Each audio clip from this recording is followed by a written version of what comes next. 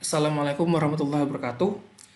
Baik, pada kesempatan kali ini kita akan mempelajari apa itu perilaku biaya atau cost behavior. Jadi di sini eh, cost behavior atau perilaku biaya itu diartikan sebagai hubungan antara total biaya dengan perubahan volume kegiatan. Atau ini juga bisa didefinisikan sebagai suatu istilah umum untuk menyatakan apakah suatu biaya itu berubah atau tidak jika volume kegiatan atau tingkat aktivitas juga ikut berubah. Di sini cost itu dari segi perilaku biaya umumnya dibagi jadi dua biaya, yaitu pertama adalah fixed cost atau biaya tetap, dan yang kedua adalah variable cost atau biaya variabel.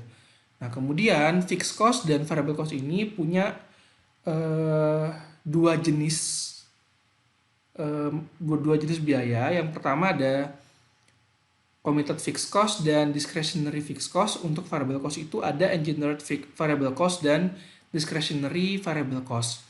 Jadi di sini seperti dijelaskan minggu lalu secara singkat oleh saya, fixed cost itu merupakan biaya yang dia itu tidak berubah meskipun terjadi perubahan volume kegiatan atau tingkat aktivitas. Sedangkan variable cost merupakan biaya yang dia itu besarannya berubah mengikuti perubahan volume kegiatan atau tingkat aktivitas. Di sini fixed cost dibagi dua lagi kan ya, ada committed dan discretionary. Committed fixed cost itu biasanya terjadi saat suatu perusahaan itu memiliki kepemilikan atas suatu equipment, peralatan, aset tetap, dan lain sebagainya. Nah, di sini biasanya committed fixed cost itu akan terlihat saat perusahaan itu berhenti beroperasi. Jadi, artinya committed fixed cost itu merupakan biaya yang tetap harus perusahaan keluarkan saat dia tidak beroperasi sama sekali. Contohnya itu pajak bumi dan bangunan, kemudian ada biaya sewa, misalnya biaya sewa gedung, dan lain sebagainya. Sedangkan kalau discretionary fixed cost ini merupakan biaya tetap yang muncul karena kebijakan manajemen, contohnya biaya riset dan pengembangan.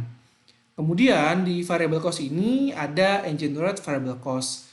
Biasanya engineered variable cost ini merupakan biaya yang dia itu berhubungan antara masukan dan keluarannya. Jadi misalnya seperti ini. Eh, Engineered variable cost itu akan bertambah mengikuti volume output atau produk yang dihasilkan. Nah, kebanyakan dari variable cost itu merupakan engineered variable cost. Meskipun tidak semuanya merupakan engineered variable cost ya. Contoh simpel dari engineered variable cost itu adalah biaya bahan baku utama ataupun biaya bahan penolong. Karena dua biaya tersebut akan bertambah mengikuti jumlah output atau jumlah produk yang diproduksi. Kemudian jenis variable cost yang kedua itu ada discretionary variable cost. Ini persentasenya hanya sedikit dari variable cost. Ini merupakan eh, biaya yang dikeluarkan atas dasar kebijakan manajemen, namun sifatnya itu variabel. Contoh simpelnya seperti ini. Jika manajemen perusahaan memutuskan untuk eh, meningkatkan biaya pemasaran berdasar 2%, sebesar 2% jika terjadi pertambahan volume penjualan sebesar 100 juta misalnya. Nah, itu kan berarti ada hubungan variabel di sini. Saat penjualan atau volume penjualan meningkat atau bertambah, maka biaya iklan juga akan ikut bertambah. Kemudian di sini ada penilaian cost behavior atau perilaku cost. Jadi kita itu bisa menilai apakah suatu biaya itu fixed cost atau variable cost, itu bisa dilihat dari dua hal. Pertama dari time horizon atau cakrawala waktu, dan yang kedua adalah dari aktivitas atau volume. Jadi kalau kita lihat cost behavior berdasarkan cakrawala waktunya, biasanya fixed cost itu merupakan biaya yang tidak berubah dalam jangka panjang. Sedangkan variable cost itu merupakan biaya yang berubah dalam jangka pendek.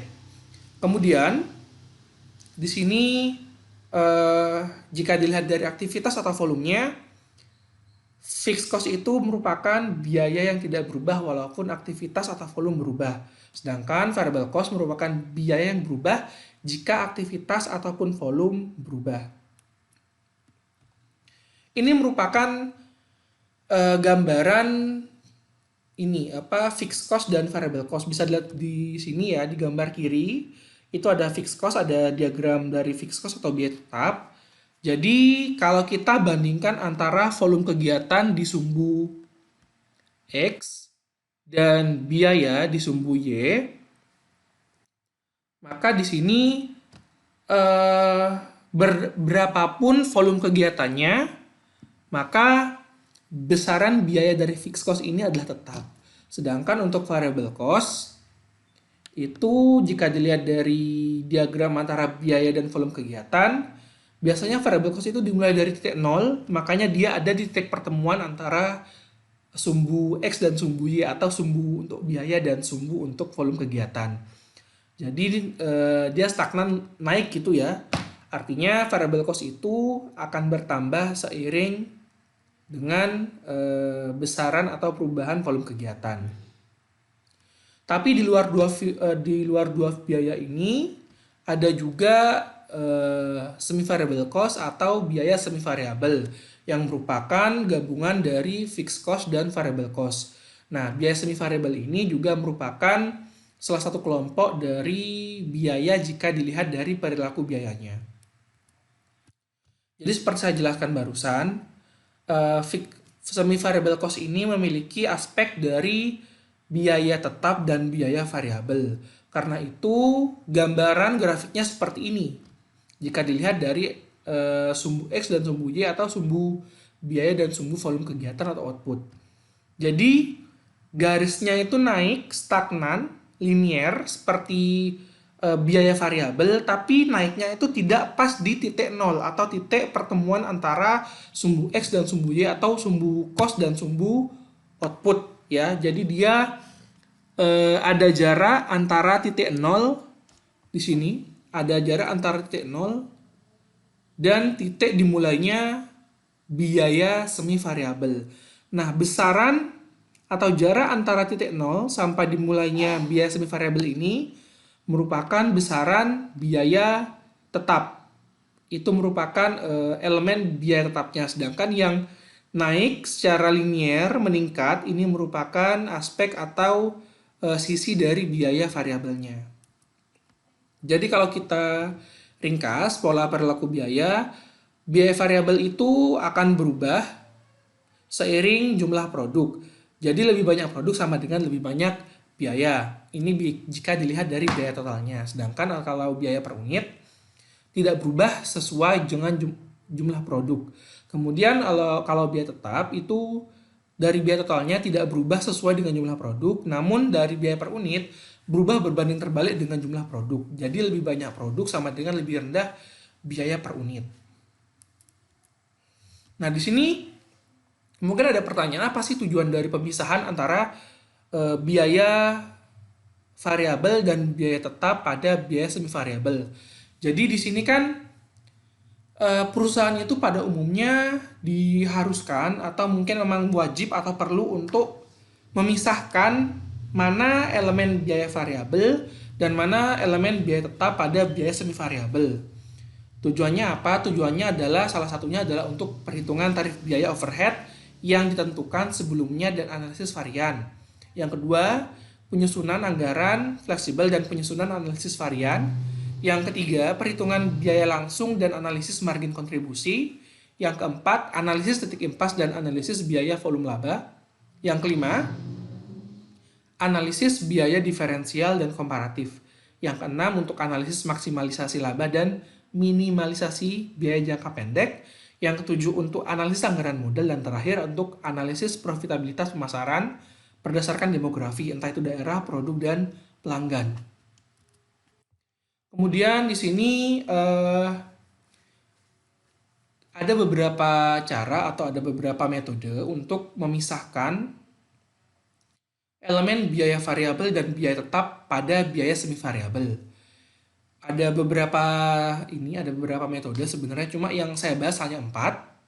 Kenapa? Karena ini yang lebih relevan untuk diajarkan di tingkat S1. Yang pertama adalah hollow point method, yang kedua scatter graph, yang ketiga least square atau kuadrat terkecil, dan yang keempat adalah management judgment. Nah, untuk mempelajari metode pemisahannya, kita akan melakukan simulasi berdasarkan data ini. Jadi kita punya data bulan jadi bulan keberapa suatu aktivitas dan biaya terjadi, ada biaya reparasi dan pemeliharaan mesin dan jam mesin. Nah, jadi dari data ini nanti kita akan mempelajari bagaimana menggunakan metode tertentu untuk memisahkan elemen biaya variabel dan biaya tetap pada biaya semi variabel.